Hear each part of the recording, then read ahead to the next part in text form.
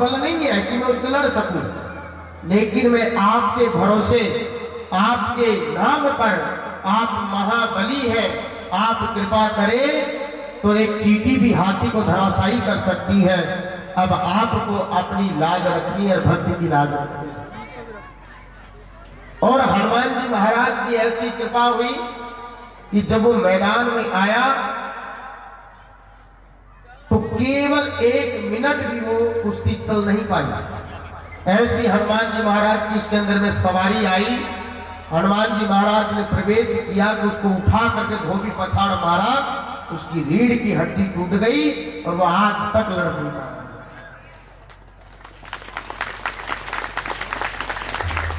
ये सब भक्त का अपने भगवान के प्रति जो भरोसा है, क्योंकि बारिश तो समान रूप से बराबर हो रही है, भगवान की कृपा निरंतर यहाँ पर बरस रही है। आज 5वां दिन है। अब कोई 1 लीटर का बर्तन लेकर के आए तो उसको 1 लीटर मिलेगा, कोई 1000 लीटर लेकर के आएगा बर्तन तो उसको 1000 लीटर मिलेगा, और 7 दिन के बाद में कहे कि मुझे 1 लीटर मिला, उसको 1000 लीटर मिला। अब आप ही बताइए दोष किसका? क्या भगवान का? ये तो आपके पात्र का दोष है, आपका दोष है। आप क्यों इतना पात्र लेकर आए 1 लीटर का? अरे बारिश तो हो रही है, जिसने 1000 लीटर रखा उसको 1000 लीटर मिलेगा, जिसने 1 लीटर का पात्र रखा उसको 1 लीटर मिलेगा। इसमें भगवान का दोष नहीं है, ये हमारे पात्र का दोष है। भगवान तो यहाँ पर सहस्त्र अपने हाथों से दे रहे हैं, और 2 हाथ वाला का जितना विशाल विश्वास का पात्र होगा, उतनी ही गोविंद की कृपा, उतना ही वैभव, उतनी ही संपदा यहाँ से लेकर के जाएगा जितना उसका विश्वास का पात्र होगा। राधे राधे राधे। जितने भी धर्मानुष्ठान है, धर्म कर्म जितने भी हैं, ये सब हमारी श्रद्धा का और विश्वास का विषय है। जितनी हमारी श्रद्धा अगाध होगी, निष्ठा हमारी जितनी विशुद्ध होगी, उतनी ही गोविंद की कृपा की प्राप्ति हमें होगी। निरंतर भगवान अपनी कृपा में वर्षा यहाँ पर कर रहे हैं, लेकिन जितना विशाल आपका पात्र होगा, लेकिन पात्र भी ऐसा होना चाहिए जिसके अंदर में कोई अविश्वास का छेद ना हो। सोने का गिलास हो, लेकिन उसमें अगर छेद हो, वो धातु की दृष्टि से तो बहुमूल्यवान हो सकता है, लेकिन पात्र की दृष्टि में वो कुपात्र हो जाता है, क्योंकि जो भी कुछ उसमें डालेंगे वो सब बह जाएगा। तो भगवान एक ही है, जागी रही भावना जैसी, प्रभु मूरत देखी तुम कैसे। भगवान एक है। जैसी जैसी भक्तों की भावना होती है, उसी अनुरूप भगवान अपने स्वरूप को भी बदल देते हैं। कभी शिव के रूप में, कभी नारायण के रूप में, कभी ब्रह्मा के रूप में, कभी दुर्गा के रूप में, कभी कृष्णा अवतार में, कभी रामा अवतार में, लेकिन तत्व एक ही है। जिस पर बड़े ध्यान से सुनिएगा। राधे राधे। मान लीजिए मैंने आपको एक सोने की ईंट दी, ये बहुत सुंदर प्रसंग है। इसको अगर आपने निकाल दिया दिमाग में से, अगर सुना नहीं तो फिर सोच लीजिए आपको समझ में नहीं आएगी। मैंने आपको एक सोने की ईंट दी, और मैं जब आपको ईंट दे रहा हूं, सोने की उस समय पर क्या है? सोने की ईंट, नाम है उसकी सोने की ईंट। मैंने आपको दिया और आपके मन में इच्छा हुई कि मैं इस स्वर्ण की ईंट से अपनी इच्छा के अनुसार अब मैं इसमें से आभूषण भी बना लूं। मेरी इच्छा हुई कि मैं गले का मैं हार बनाऊं। गले का जो बनाया उसका नाम क्या है? सोने का हार। कान का बनाया उसका नाम क्या है? सोने का झुमका। हाँ, उंगलियों की जो अंगूठी बनाई उसका नाम है सोने की अंगूठी। हाथ का जो कंगन बनाया उसका नाम है सोने का कंगन।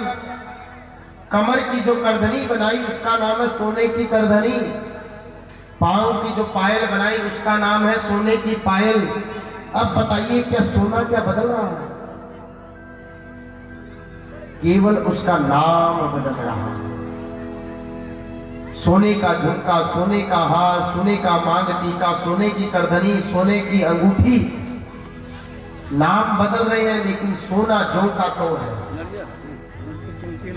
ऐसे ही भगवान भी ब्रह्मा, विष्णु, महेश, दुर्गा, काली, राम, कृष्ण, लेकिन वो नारायण एक ही है, परमात्मा एक ही रहते हैं। जैसे सोने की ईंट जब मैंने दी तब भी वो सोना था और आपने उसमें से विभिन्न आभूषण बना दिए तब भी वो सोना है, और आपको बहुत क्रोध आ गया और आपने संपूर्ण आभूषणों को लेकर के एक ओखली में डाल करके उसको कूट दिया तो तब भी वो सोना ही है। सोने की जब ईंट दी थी तब भी वो सोने की ईंट थी, उससे आभूषण बन गए तब भी वो सोना था, और आपने क्रोध में आकर के ओखली में कूट दिया तब भी सोना ही रहने वाला है। सोने में कोई बदलाव हुआ? केवल नाम बदला। जब ईंट थी तब भी सोना था और उसके आभूषण बना दिए तब भी वो सोना है, और आपने उसको ओखली में कूट दिया तब भी वो सोना ही रहने वाला है। ऐसे ही भगवान इस सृष्टि के बनने से पहले भी भगवान नारायण थे और सृष्टि के बनने के बाद भी वही नारायण है, और जब ये सृष्टि पूरी जलमग्न हो जाएगी तब भी वही नारायण रहने वाले हैं। भगवान एक ही है। जाकी रही भावना जैसी प्रभु मूरत देखी तैसी। जब भगवान कंस को मारने के लिए जब गए उस समय पर भगवान जैसे जैसे वहां पर भक्त विराजमान थे ना, उनको उन्हीं की भावना के अनुरूप मेरे गोविंद दिखाई दे रहे।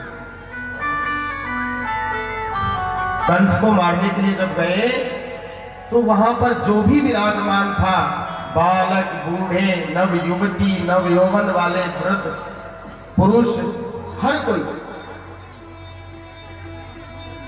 जो बालक है उनको गोविंद अपने बाल सखा के रूप में दिखाई दे रहे।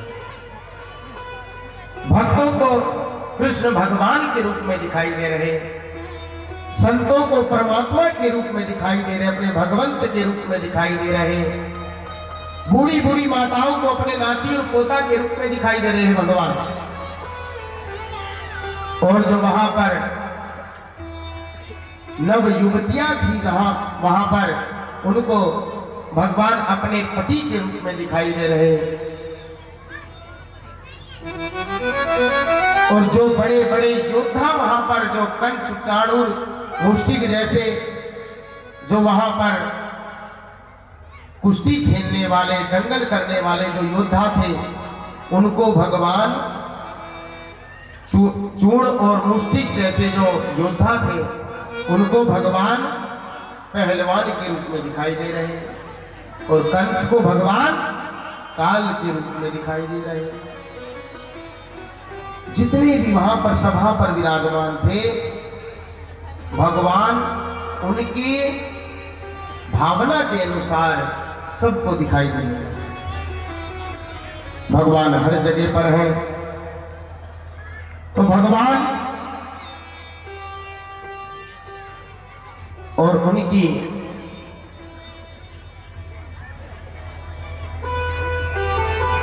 जैसी जैसी भक्तों की भावना होती है उसी के अनुरूप भगवान हमें दिखाई देते हैं।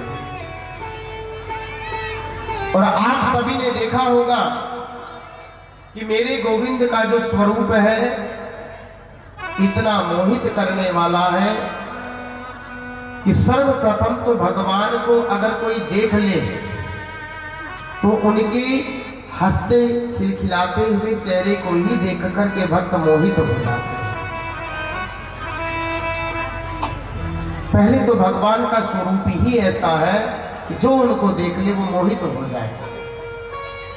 अगर कोई थोड़ा सा कठोर हृदय वाला हो, पाषाण हृदय वाला हो, तो मेरे गोविंद उस भक्त के लिए क्या करते हैं, अपनी बंसी को बजा करके उसके हृदय रूपी पाषाण को द्रवित कर देते हैं। पहले तो भगवान का रूप ही मोहित करने वाला है। यदि किसी का पाषाण हृदय अगर हो तो भगवान अपनी बांसुरी को बजा करके उसके हृदय को, उसके पाषाण रूपी हृदय को द्रवीभूत कर देते हैं। कोई भक्त अगर ना मोहित हो तो भगवान बंसी बजा करके उसको मोहित कर देते हैं। आपने देखा है ना, जैसे मल्लाह के पास में मछली पकड़ने के लिए बंसी होती है, उसमें चारा लगाता है, नदी में डाल देता है और मछली उससे आकर्षित होकर के उसको जैसे ही पकड़ती है वो उसकी बंसी में फंस जाता है। ऐसे ही मेरे गोविंद के पास में वो बंसी है जिसको गोविंद जब बजाते हैं तो चाहे कोई कितना भी पाषाण हृदय वाला क्यों ना हो, वो उनकी बंसी को सुन करके मोहित हो जाता, उनका दीवाना हो जाता। बोला गया है कि भगवान के पूरे स्वरूप का हमें नित्य दर्शन करना चाहिए, ध्यान करना चाहिए। हंसते हुए चेहरे का, वक्षस्थल का, कटी प्रदेश का, धीरे धीरे नीचे आते आते भगवान के चरणों का हमें दर्शन करना चाहिए। भगवान के चरणों का दर्शन सभी को ये प्राप्त नहीं होता है, क्योंकि हम जब भी मंदिर में जाते हैं तो मंदिर के अंदर में भगवान का हमें मुखारविंद और उनके हाथों का दर्शन होता है, लेकिन उनके चरणों का दर्शन का सौभाग्य सबको नहीं मिलता। चरण दर्शन कभी कभी होते हैं वर्ष में, क्योंकि भगवान के चरणों को कपड़ों से ढका करके रखते हैं। और भगवान के चरणों का जब हमें ध्यान करना है तो भगवान के चरणों में देखिए त्रिवेणी का दर्शन होता है। मेरे श्याम का जो रंग है वो श्याम वर्ण है, और भगवान के जो पदनक चंद्र का जो नाखून जो है वो चंद्रमा के समान श्वेत है, और भगवान के जो तालू है वो लाल है। त्रिवेणी का सुंदर दर्शन हो रहा है। गंगा का जो स्वरूप है वो सफेद है, ध्वल है, तो भगवान के जो नाखून है उसमें गंगा जी का दर्शन है। और भगवान का जो रंग है वो श्याम वर्ण का, अर्थात श्री यमुना महारानी, यमुना का जो जल है वो श्याम वर्ण का है। गंगा नाखून और श्याम वर्ण यमुना महारानी, और लाल रंग की रक्त वर्ण की सरस्वती नदी, गंगा यमुना सरस्वती। जो तालू जो भगवान के होते हैं वो लाल रंग के। ये त्रिवेणी का दर्शन, क्योंकि तालू जो है नीचे का हिस्सा है वो सबको नहीं दिखाई देता। गंगा जमुना के तो हमें दर्शन देखो इस पृथ्वी पर भी अच्छे से होते हैं, लेकिन सरस्वती को भूमिगत होकर के जाने का श्राप है। इसीलिए देखिए भगवान के चरणों में भी सरस्वती का दर्शन सहजता से नहीं होता। त्रिवेणी, वेणी का नाम अर्थ चुटिया, जो माताएं जो शिखा बनाती हैं इसको भी त्रिवेणी कहते हैं। जब बनाते हैं वेणी को तो निर्माण करते समय पर 3 धारा दिखाई देती है, लेकिन जब वो तैयार हो जाती है तो 2 ही दिखाई देती है। ऐसा ही होता ना, जब माताएं जब अपनी शिखा बनाती हैं तो उसमें 3 धारा होती है बनाते समय पर, लेकिन जब वो बन करके तैयार हो जाती है तो उसमें केवल 2 ही धारा दिखाई देती, गंगा और जमुना, और सरस्वती उसके अंदर अंदर में समाहित हो जाती है। ये गंगा जमुना सरस्वती, ये त्रिवेणी गोविंद के हंसते हुए मुखारविंद का हमेशा चिंतन करो। और भगवान के हंसते हुए चिंतन करने का अर्थ क्या है कि जिस प्रकार से भगवान के जीवन में देखो 6 दिन के थे तो पूतना आ गई, अघासुर, बकासुर, अरिष्टकासुर, धेनुकासुर, पता नहीं कितने असुर भगवान के जीवन में आए, लेकिन भगवान ने सबको हंसते हंसते मार दिया।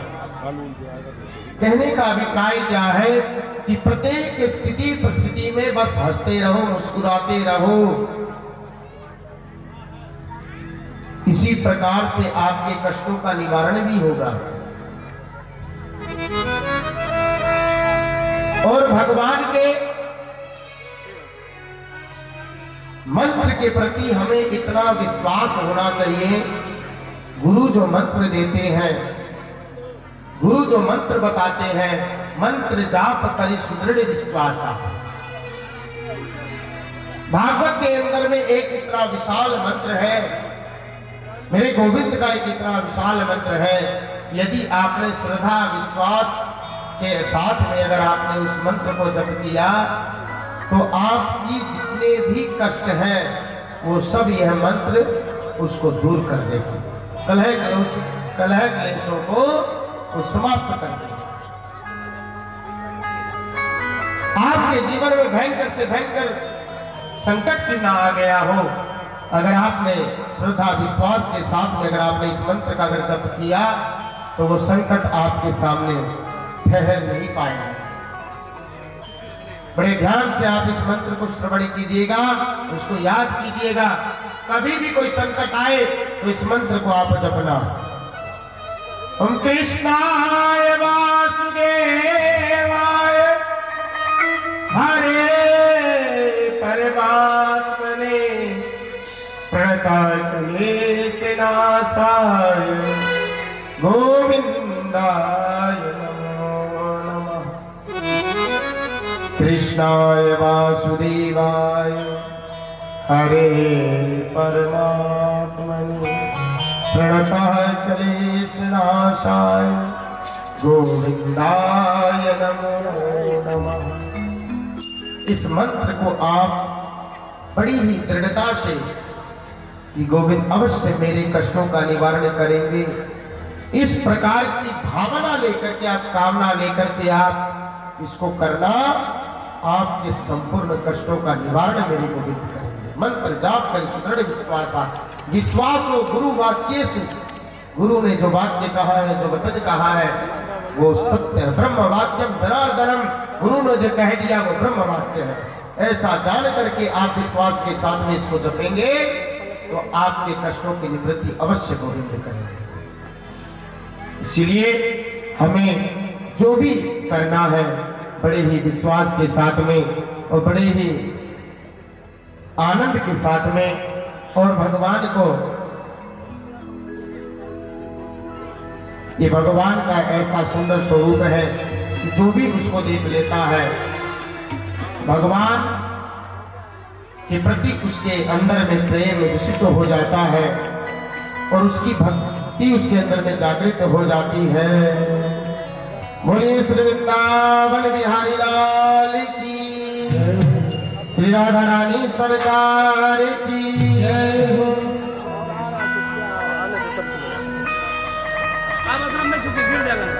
श्री राम।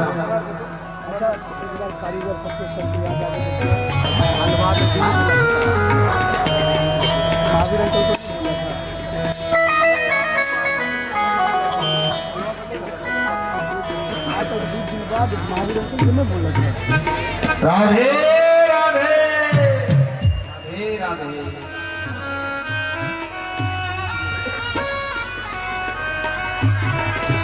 जहां पर हथियार काम नहीं करते हैं वहां पर मेरे गोविंद की बंसी बड़ी ही सरलता से अपना काम करके चली जाती है।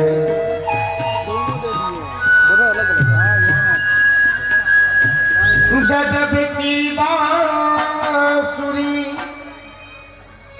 बजती थी वृंदावन कसैया की करूं तारीफ मुरली की, या मुरलीधर कन्हैया की। जहां चलता था न काम तीर और कमानों से, विजय नटवर की होती थी बंसी के तारों से। ऐसे मेरे गोविंद बंसीधर हैं। आइए हम सब मिलकर के भगवान की बंसी को हम श्रवण करेंगे और आनंद के साथ में तालियों के साथ में सहयोग करते हुए भगवान का भजन भी करेंगे।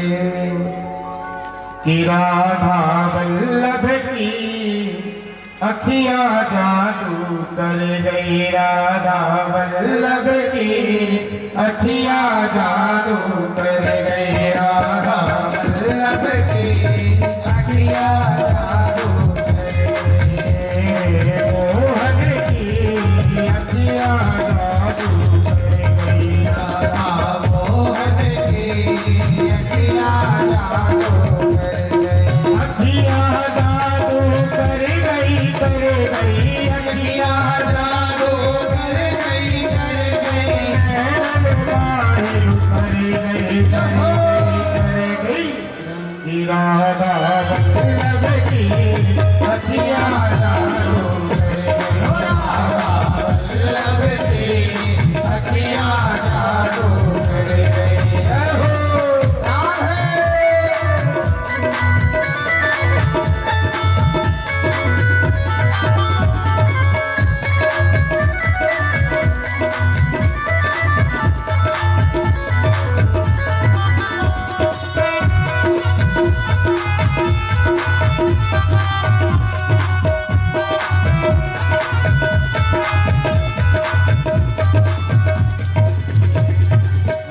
मोटी अखियों में झिनो झिनो गजरा, मोटी अखियों में झिनो झिनो गजरा, मोटी मोटी अखियों में झिनो झिनो गजरा, मोटी अखियों में झिनो झिनो गजरा, झिनो झिनो गजरा रे झिनो झिनो गजरा,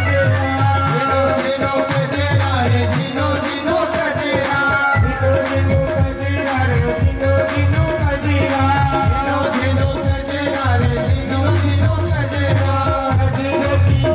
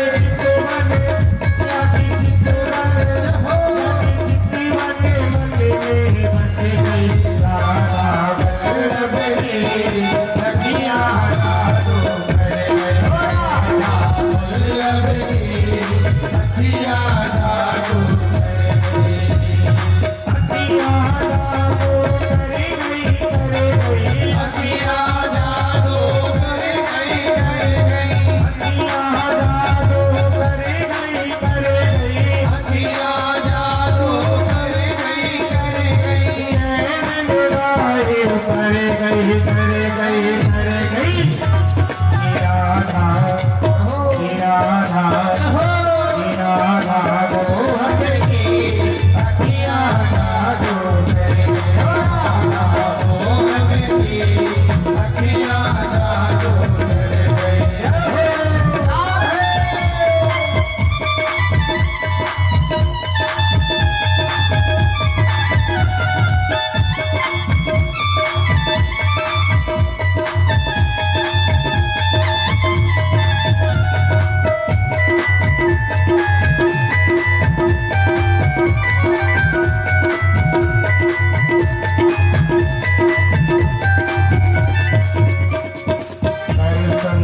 के मैं तो भाई रे बवरिया, दर्शन के मैं तो भाई रे बवरिया, दर्शन के मैं तो भाई रे बवरिया, दर्शन के मैं तो भाई रे बवरिया। ओ रे सवरिया, ओ रे बवरिया, ओ रे सवरिया, ओ रे सवरिया, ओ रे सवरिया, ओ रे बवरिया, ओ रे सवरिया, ओ रे सवरिया, भाई रे बवरिया, ओ रे सवरिया, ओ रे सवरिया, ओ रे सवरिया। जाकी झांकी हो रे झांकी मन में बस गई तारा वल्लभ की अखिया जादू करे, राधा वल्लभ की अखिया जादू करे गई, राधा वल्लभ की अखिया जादू करे गई।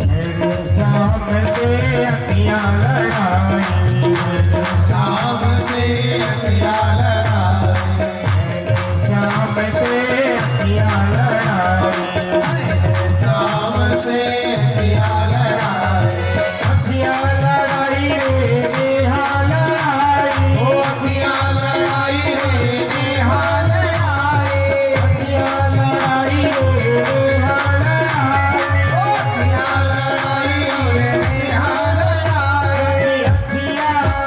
जाकी अखियां घायल कर गई राधा वल्लभ की अखिया जादू करे गई, राधा वल्लभ की अखिया जादू करे गई, राधा वल्लभ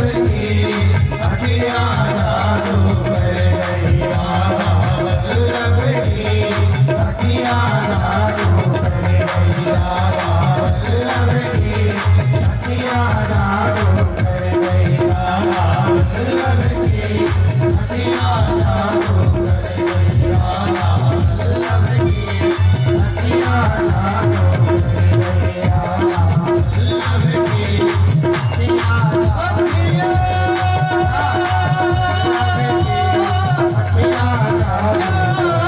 राधा वल्लभ की अखिया जादू करे गई, राधा वल्लभ की अखिया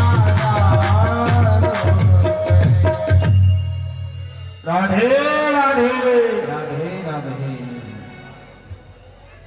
की राधा वल्लभ की अखियां जादू कर गई।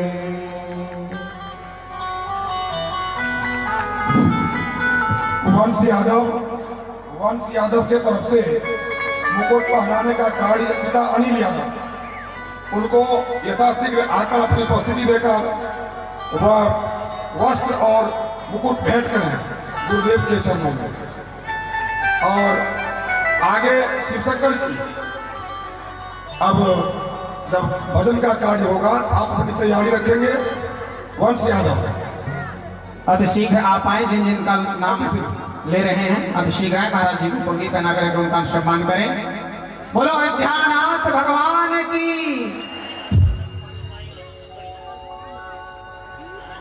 अरे सीताराम जी की प्यारी रजधानी लागे, रजधानी लागे, मोहे मीठो मीठो सरजू जी के पानी लागे। सीताराम जी की प्यारी रजधानी लागे, महारानी लागे, मोहे मीठो मीठो सरजू जी को पानी लागे। विराम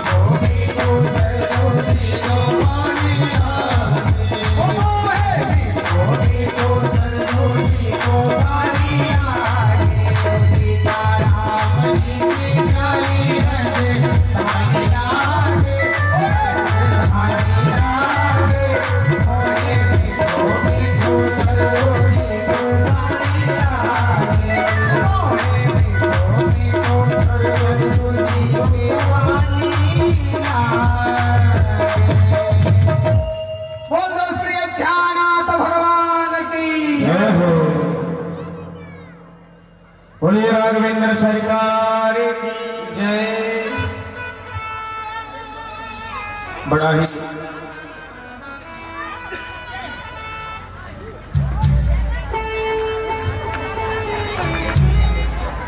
भगवान श्री कृष्ण के जन्मोत्सव से पहले भागवत के अंदर में राम जी का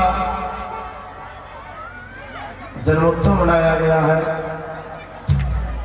और भगवान की कथा अनंत है, उसको 3 घंटे 4 घंटे के अंदर में कभी नहीं किया जा सकता।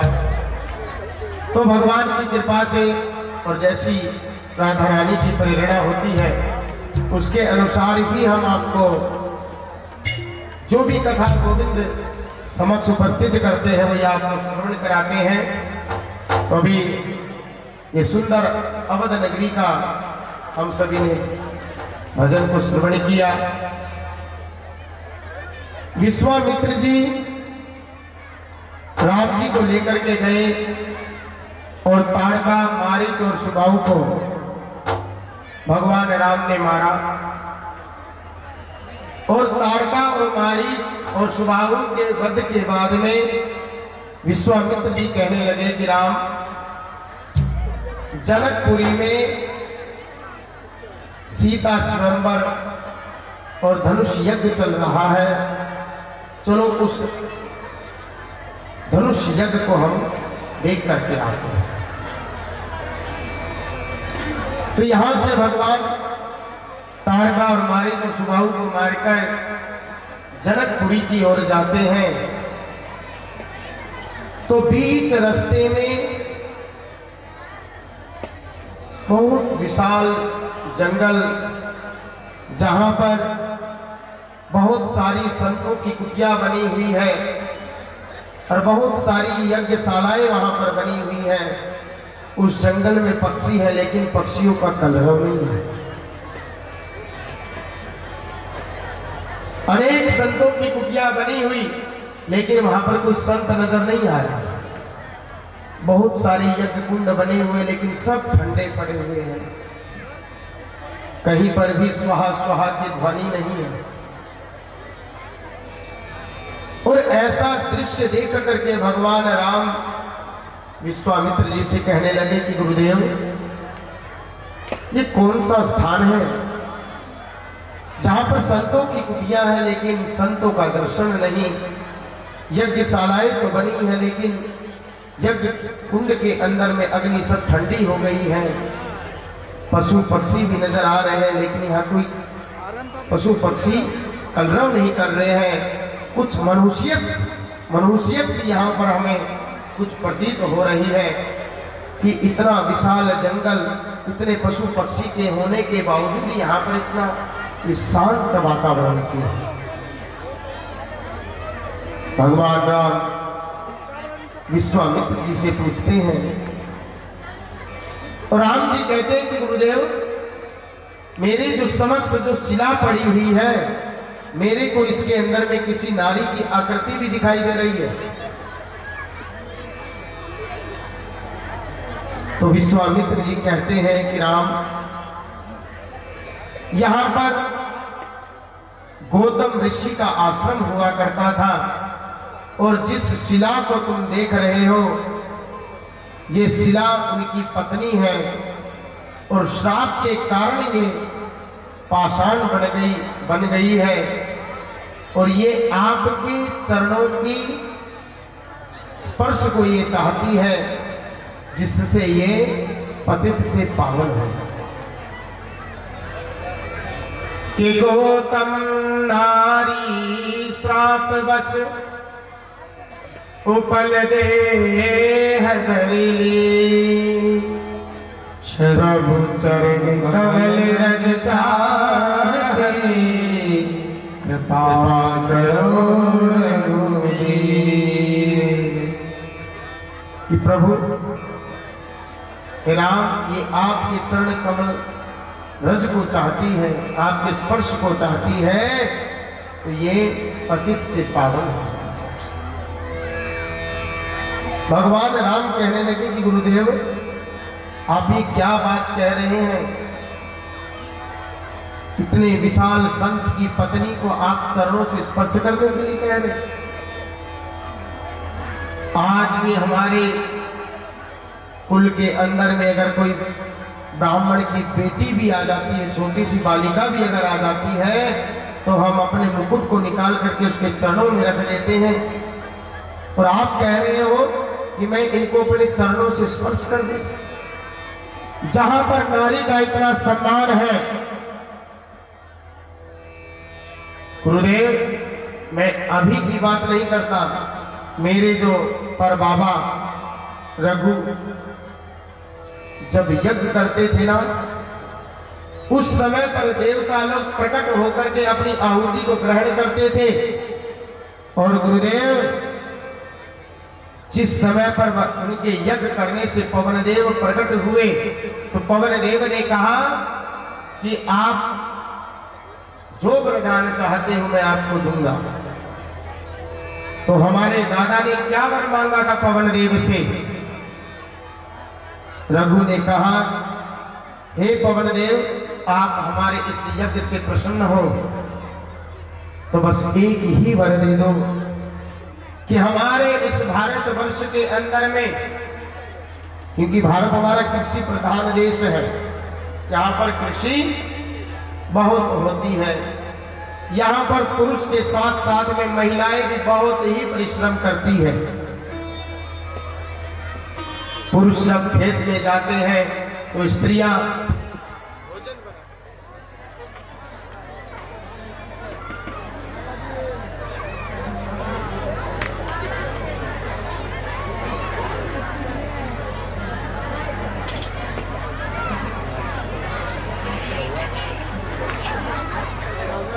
चंद्र का जो नाखून जो है वो चंद्रमा के समान श्वेत है, और भगवान के जो तालू है वो लाल है। त्रिवेणी का सुंदर दर्शन हो रहा है। गंगा का जो स्वरूप है वो सफेद है, ध्वल है। तो भगवान के जो नाखून है उसमें गंगा जी का दर्शन है, और भगवान का जो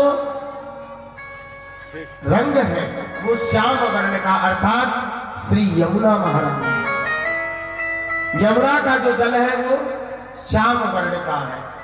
गंगा नाखून और श्याम वर्ण यमुना महारानी, और लाल रंग की रक्त वर्ण की सरस्वती नदी। गंगा यमुना सरस्वती।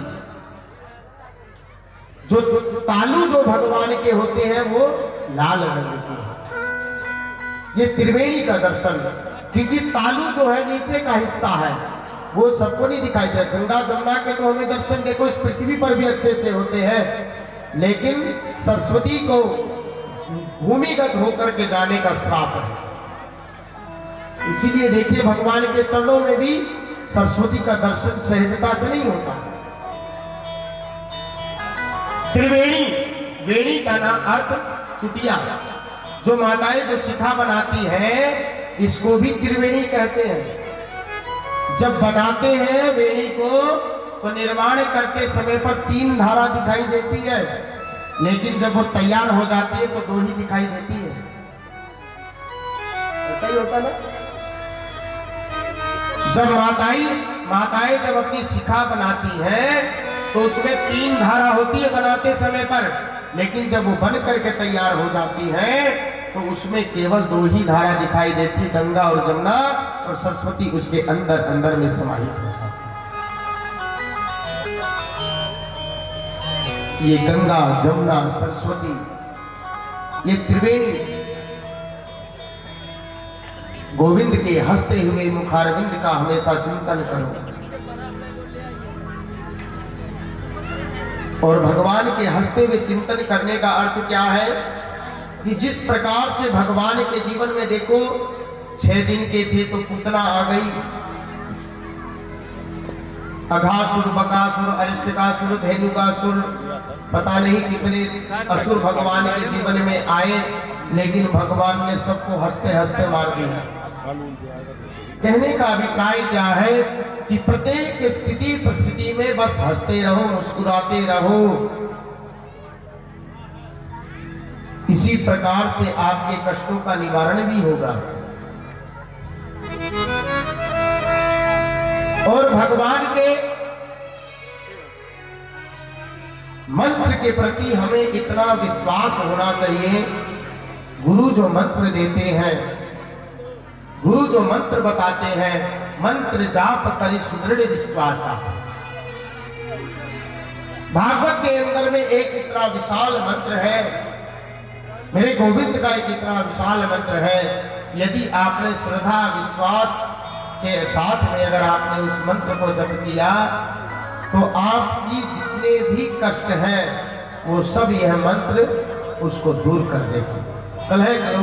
कलह क्लेशों को समाप्त कर देगा। आपके जीवन में भयंकर से भयंकर संकट क्यों ना आ गया हो, अगर आपने श्रद्धा विश्वास के साथ में अगर आपने इस मंत्र का अगर जप किया तो वो संकट आपके सामने ठहर नहीं पाएगा। बड़े ध्यान से आप इस मंत्र को श्रवण कीजिएगा, उसको याद कीजिएगा। कभी भी कोई संकट आए तो इस मंत्र को आप जपना। ओम कृष्णाय वासुदेवाय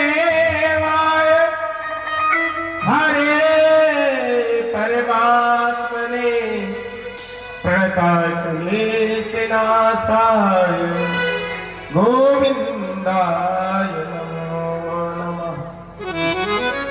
कृष्णाय वासुदेवाय हरे परमात्मने प्रणतक्लेश नाशाय गोविंदाय नमो नमः।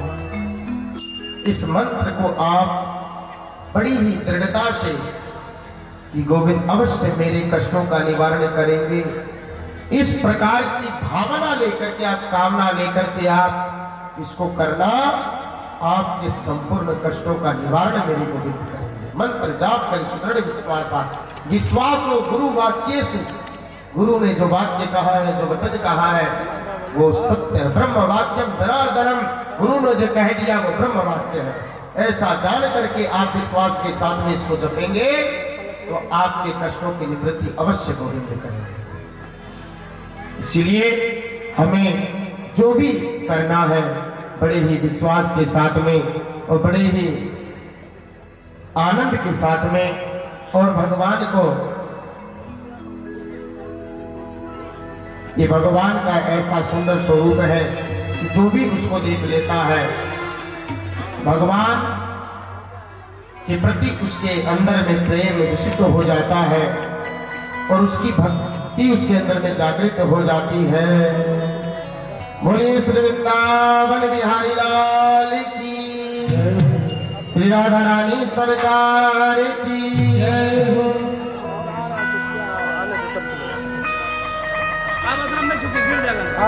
श्री राम।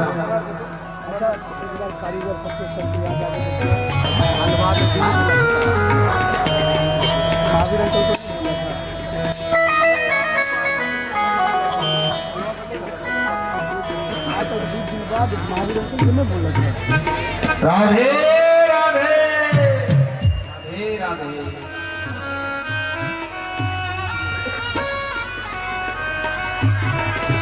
जहां पर हथियार काम नहीं करते हैं वहां पर मेरे गोविंद की बंसी बड़ी ही सरलता से अपना काम करके चली जाती है।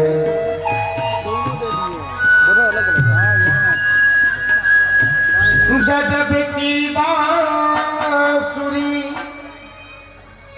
बजती थी वृंदावन बसैया की,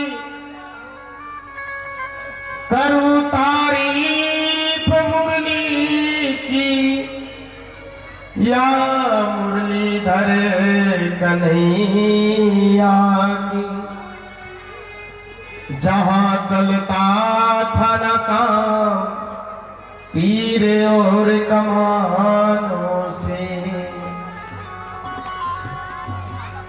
विजय नटवर की होती थी बंसी की तानों से। ऐसे मेरे गोविंद बंसीधर हैं।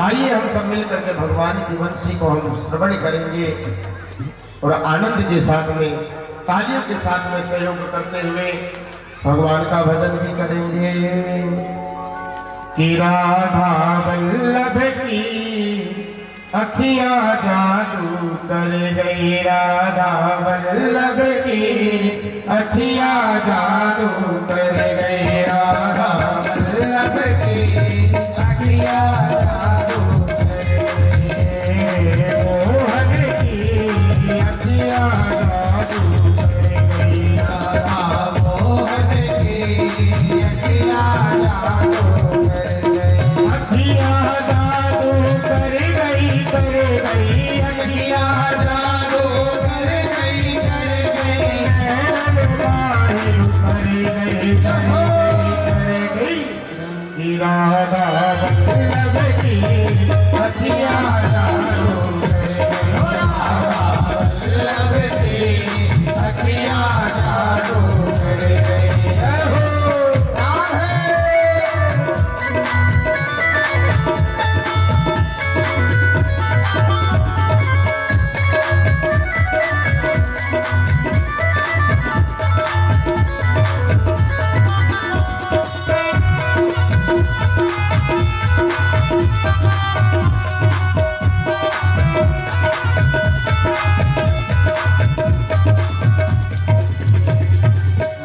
मोटी अखियों में झिनो झिनो कजरा, मोटी अखियों में झिनो झिनो कजरा, मोटी अखियों में झिनो झिनो कजरा, मोटी अखियों में झिनो झिनो कजरा, झिनो झिनो कजरा रे झिनो झिनो कजरा, झिनो झिनो कजरा रे झिनो झिनो कजरा, झिनो झिनो कजरा रे झिनो झिनो कजरा, झिनो झिनो कजरा रे झिनो झिनो कजरा, कजरे की देखो कजरे की, देखो कजरे की डोर कस के गई, राधा वल्लभ की अखियां जादू कर गई, राधा वल्लभ की अखियां जादू कर गई, जय हो कहानी की सेवा करते हुए।